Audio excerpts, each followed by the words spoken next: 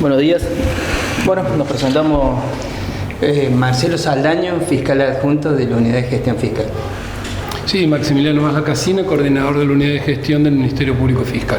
Bueno, yo soy Francisco Assad, soy el fiscal de instrucción número 1 provisorio, que bueno, en el presente caso, en el día de la fecha, hemos tenido una audiencia de formulación de cargos respecto de un hecho que sucedió el día 12 de marzo de este año, aproximadamente a la medianoche, en una casa ubicada en barrio La Ribera, más precisamente en la manzana 7191, casa 14, donde falleciere la menor Abril Fernández, de 11 años de edad.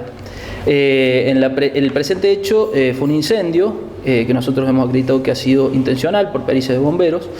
Ese incendio ha producido la muerte de esta menor, que es una menor que poseía una discapacidad, es decir, tenía un síndrome que se denomina anomalía del par 8 cromosómico, que produce ciertas dificultades tanto motoras como psíquicas.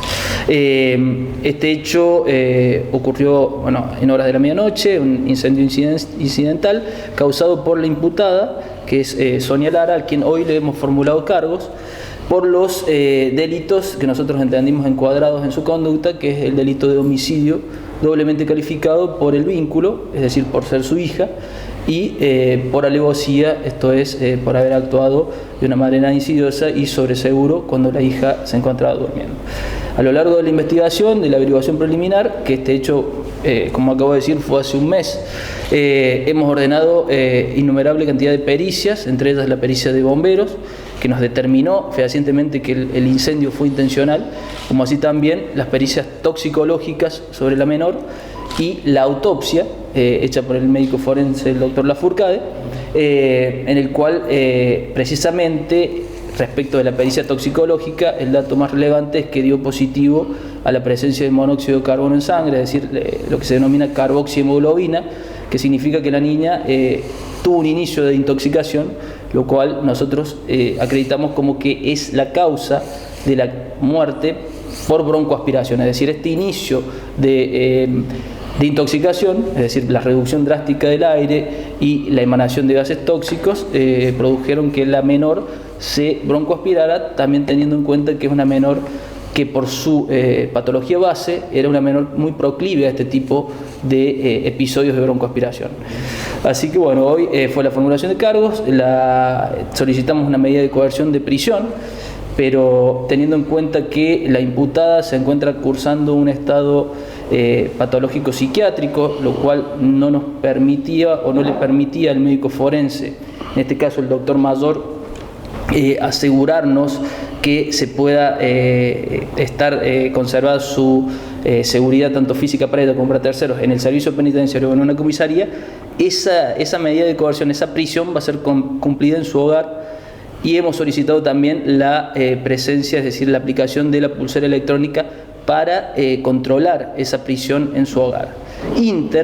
Esto quiere decir que es esa patología esté vigente, es decir, que llegado a una estabilización en el sentido psiquiátrico, nosotros vamos a solicitar inmediatamente que la prisión sea cumplida en el servicio penitenciario. Esta medida fue ordenada en el día de hoy por el doctor Ortiz, a pedido nuestro, por el plazo de 4 meses.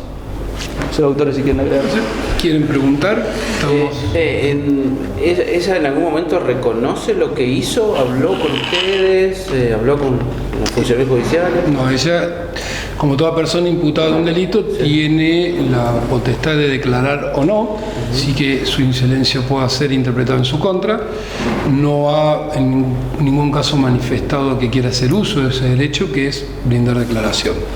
Por lo tanto, no hay declaración alguna que haya realizado y nosotros no tenemos potestad alguna para hacerles preguntas o intentar entrevistarnos hasta que ella no manifieste la intención de querer hacerlo. ¿Y había algún antecedente de algo similar, de algún intento contra su propia hija y demás? Cuando hablamos de algún antecedente, si es de violencia de la madre hacia la mujer, sobre la niña no. Existían antecedentes de expedientes que se tramitaron entre el juzgado de familia, en el cual se estaba debatiendo el régimen de visita y lo que eran situaciones de violencia, pero existente entre las parejas, nunca siendo la menor víctima de la violencia. ¿Y la mujer tenía a su cargo la hija, la potestad de tener a la hija?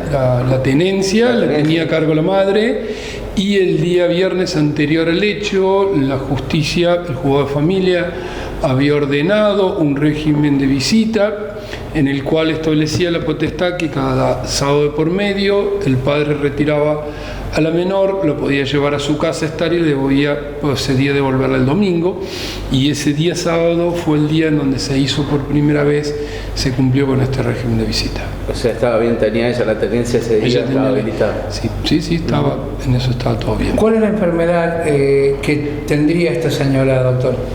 Nosotros consideramos que no tiene ninguna enfermedad. Está teniendo un padecimiento, es decir, tiene un diagnóstico psiquiátrico en donde habla de una profunda depresión. Voy a comentar un poco para entrar en el tema como corresponde. Desde que esta persona sucedió el hecho, estuvo mucho tiempo internada en el hospital de la ciudad de Villa Mercedes, en el cual no solo se hacían las curaciones de las quemaduras internas y externas que tenía, sino también se le estaba dando una contención y un acompañamiento psicológico y psiquiátrico. Nosotros todo lo que se iba haciendo íbamos solicitando informes, o sea, nosotros teníamos un informe psiquiátrico elaborado que decía que esta persona corría un grave riesgo para sí o para terceros, podía atentar en contra de su vida, que venía cumpliendo el tratamiento psiquiátrico correspondiente, pero que era un elemento fundamental la contención familiar para que cumpliera con el tratamiento y de tal manera evitar que esta persona se quitara la vida. En base a ese informe psiquiátrico, nosotros nos entrevistamos con el psiquiatra del Poder Judicial, que es el doctor Mayor, y cuando en el día de ayer procedimos a detenerla, lo primero que hicimos fue una entrevista con el psiquiatra para que el psiquiatra nos determinara primero si esta mujer se encontraba ubicada en tiempo y espacio. Esto significa si tenía en ese momento la capacidad de comprender lo que nosotros íbamos a imputarle, es decir, lo que nosotros íbamos a manifestar de qué es lo que hacía, cuál era el tipo penal y cuáles eran las pruebas, en donde el psiquiatra efectivamente nos dijo que sí, estaba ubicada en tiempo y espacio, es decir, tiene la capacidad de entender. También nos dijo que dado los diagnósticos que tenía y dado la recomendación, era muy peligroso que se encontrara alojada en una comisaría o en el servicio penitenciario, fundamentalmente por la necesidad de darle la contención familiar recomendada. Ante esto, y entendiendo que nosotros, más allá de investigar un hecho y solicitar una pena a toda persona que sea responsable o culpable de un hecho delictivo, debemos también velar por la integridad física de esa persona, es que se toma la decisión de pedir una prisión domiciliaria. Con la prisión domiciliaria nosotros podemos garantizar que esta persona no va a eludir el accionar de la justicia, que es el fin que tiene toda medida cautelar, y a la vez podemos garantizar o tratar de garantizar la integridad física de esta propia persona, de la propia imputada. Es en base a eso que el doctor Assad en el día de hoy solicitó la prisión preventiva, que la misma sea cumplida en su domicilio, es decir, la prisión domiciliaria, habiendo el doctor Ortiz otorgado la misma por un plazo inicial de 4 meses. ¿Y queda a cargo de algún familiar o algo? Porque el mismo ella tiene una contención familiar directa de su familia, que son los que han asumido un compromiso en cuanto a velar por la integridad física y fundamentalmente por el cumplimiento del tratamiento psiquiátrico ordenado. Además, nosotros estamos en un control permanente de que ese tratamiento se cumpla, de cuáles son las condiciones, y si en algún momento esta situación cambiaría, es decir, si el diagnóstico psiquiátrico nos determina que ha mejorado y que se encuentra, por lo tanto, en condiciones de cumplir esta prisión preventiva que hemos dicho nosotros en el servicio penitenciario, inmediatamente es lo que solicitaríamos. Doctor, dijo que ayer le consultaron a Diego Mayor, el psiquiatra, si la mujer estaba ubicada en tiempo y espacio. ¿Qué le responde? Que sí. No escuché. Sí, que efectivamente está ubicada en tiempo y espacio. Es necesario entender que las patologías pueden derivar en una incapacidad permanente, es decir, son personas inimputables y por lo tanto la ley no puede castigarla porque no comprendieron la gravedad del hecho ni las consecuencias jurídicas que tenía ese hecho. Pero también existen incapacidades transitorias, que es en ese momento y dadas determinadas circunstancias especiales, no poder comprender en ese momento, ese día, en esa hora, las circunstancias. Nosotros partimos de la base que desde el momento del hecho ella tenía plena capacidad, por lo tanto es imputable, por eso queríamos hacer la formulación de cargos correspondiente, pero también queríamos saber si en base a el tratamiento psiquiátrico que se le había otorgado, estaba ella en condiciones de afrontar lo que es la formulación de cargos. Una formulación de cargos, para que todo el mundo lo entienda, es el momento en donde el Ministerio Público Fiscal concretamente le dice a una persona cuál es el hecho que nosotros consideramos que hizo, cuál es la calificación legal que le corresponde a dicho hecho y cuál es la prueba que tenemos para haber efectuado esa imputación. Si una persona no se encuentra en capacidad de comprender lo que nosotros le estamos diciendo, indudablemente no tiene sentido o razón de ser hacer esa audiencia.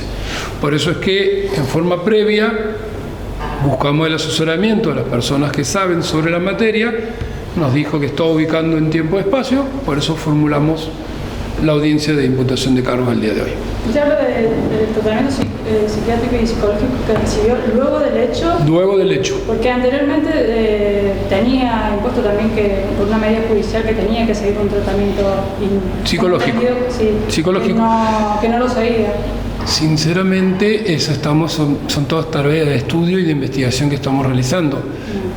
A nosotros, como consecuencia directa, es el informe que tenemos de los tratamientos psicológicos y psiquiátricos que el Policlínico Regional le estaba brindando en el momento que ella estaba internada, que es el que queríamos asegurarnos que este tratamiento psiquiátrico no estuviera impidiendo el comprender en el momento del día de hoy. Y insisto en separar lo que es la capacidad, o sea, la inimputabilidad, la responsabilidad penal del hecho, que nosotros desde el primer momento sabíamos que era plenamente capaz y por lo tanto es imputable, de que momentáneamente y dado un tratamiento psiquiátrico pudiera o no comprender esa audiencia. Hay dos distinciones bien claras y precisas. Doctor, entonces si la mujer entendía lo que estaba haciendo al momento de incendiar la casa, ¿cuál es la hipótesis que manejan? ¿Por qué lo hizo? Nosotros claramente hablamos de que hay un homicidio. Cuando hay un homicidio estamos hablando de un dolo, que es la intención de matar. Nosotros determinamos por el comportamiento que ella desarrolla que indolente tenía dolo e intención de matar a su hija. Las razones de los por qué indudablemente son materia de investigación. Es difícil ingresar en la mente humana, llegar a la conclusión de cuál fue el motivo que lo llevó. Nosotros podemos determinar que el comportamiento desarrollado era tendiente a causar la muerte y que ese plan desarrollado fue efectivo porque causó la muerte de esta niña. ¿Me puede estar relacionado con el hecho que los días previos, o sea, 2 días antes, la nena había empezado a visitar al padre? Es una de las hipótesis. Ahora, la relevancia jurídica en el motivo, nosotros en este caso en particular, no nos afecta a la imputación ni a la conducta que nosotros describimos.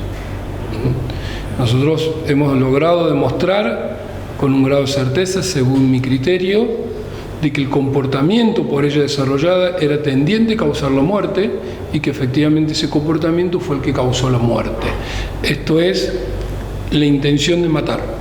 El por qué quiso matar o cuál era el móvil, si era un móvil producto de esta medida o producto de otras, lo desconozco. Y esto sería, entonces, su intención era entonces, según hipótesis, ¿no? Matar a la nena y no hacerse daño a ella, digo, porque ella estaba ahí, ¿o no? Es una descripción del hecho que hicimos. Ahora, la conducta jurídicamente relevante fue el haber prendido el fuego, el haber encerrado, el haber trabado las puertas, el haber realizado el comportamiento que afecta a la integridad física de un tercero, no la propia integridad de ella. No existe dentro del Código Penal el delito de tentativa de suicidio. Entonces, jurídicamente para nosotros no es relevante si ella intentó o no intentó suicidarse en cuanto a la calificación legal del hecho.